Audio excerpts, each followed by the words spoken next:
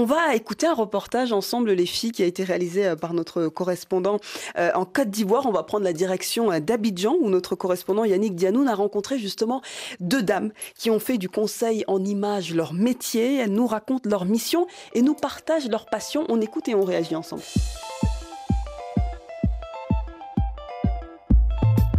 Le métier de conseiller en images a le vent en poupe.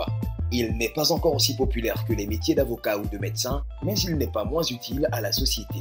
Dans un monde professionnel de plus en plus concurrentiel, où l'on a besoin de se démarquer, présenter une image de prestige est nécessaire.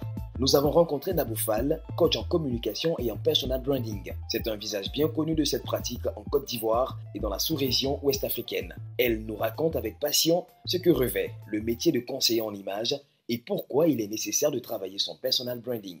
La communication en image, autrement appelée personal branding ou développement gestion de la marque personnelle, c'est le processus par lequel les individus se différencient et se démarquent en identifiant, en articulant leur position de valeur unique. Que cette valeur unique soit personnelle ou professionnelle. Et une fois qu'on a fait la différenciation, qu'on a identifié sa position de valeur unique, à travers ses compétences, son expérience, son expertise, on exploite alors cela avec pertinence à travers des plateformes avec un message et une image cohérente afin d'atteindre un objectif. Voilà, c'est vraiment ça, la communication d'image ou le personal branding comme on l'appelle en anglais. Aujourd'hui, on est dans un monde où il y a de plus en plus d'informations, on est en surabondance d'informations, donc il est très important de se faire connaître d'une certaine façon. Si on n'est pas reconnu, il sera difficile pour nous de développer des opportunités professionnelles. Donc les objectifs et les raisons pour lesquelles il faut le faire, pour moi, sont importants. Il y a d'abord la reconnaissance de notre expertise.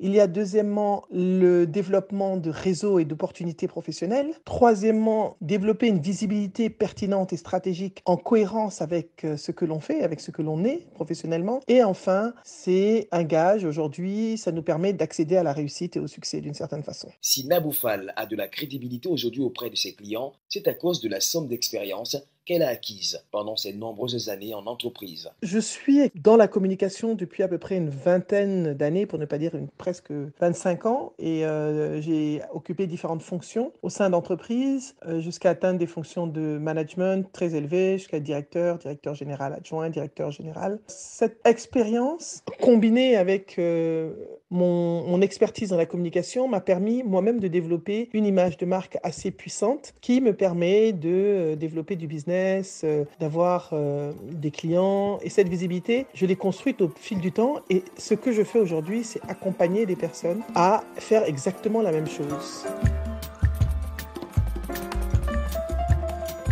En Côte d'Ivoire, il n'existe pas encore de formation officielle pour devenir expert en personal branding. Mais la plupart de ceux qui exercent le métier y ont eu accès grâce à leur passion et surtout grâce à leur envie d'aider les autres à devenir meilleurs. Anaïs Marie-Axel Alou, brand manager et experte en relations publiques, s'est prêtée à nos questions. Sa mission, aider ses clients à améliorer leur image sur Internet. En ce qui concerne ce qui m'a poussé à vouloir aider les gens à entretenir leur image, c'est-à-dire à travailler sur leur branding, c'est plus l'idée selon laquelle je suis convaincue que notre image représente, surtout sur les réseaux sociaux, représente une sorte de miroir. Donc notre image compte beaucoup et il est important qu'on puisse avoir des personnes qui ont des compétences appropriées, surtout dans le sens de la relation publique, parce qu'aujourd'hui les réseaux sociaux sont un moyen de communication très très important et qui représente en fait un pilier pour avoir plus d'opportunités. Donc, une image qui est très bien entretenue sur les réseaux sociaux attire plus d'opportunités et va imposer le respect. Une image qui est bien entretenue sur les réseaux sociaux va attirer des relations de partenariat, va attirer des opportunités et va imposer le respect, va aider aussi à impacter, à influencer. Et donc, la base, en fait, de cela, c'est le fait que je me sois dit qu'il est important que les gens aient des personnes qui ont des compétences requises pour ça. Donc, c'est la chose qui m'a poussée à vouloir aider les gens. Pour Anaïs, les jeunes Africains doivent s'intéresser à ce métier. Pour ce faire, elle leur donne quelques conseils.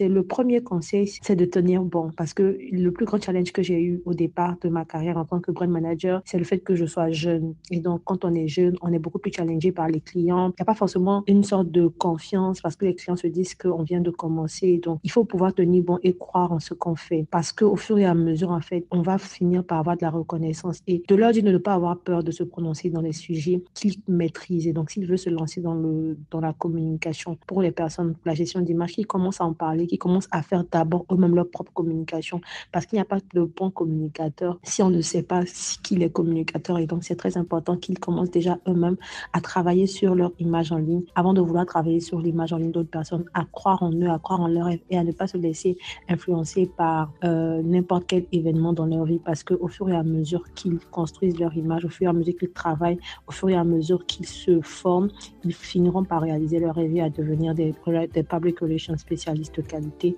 dans la sous-région et pourquoi pas en Afrique. Le personal branding permet ainsi de promouvoir son projet professionnel et son expertise et d'augmenter sa notoriété. Yannick Dianoun, Abidjan, pour RFI.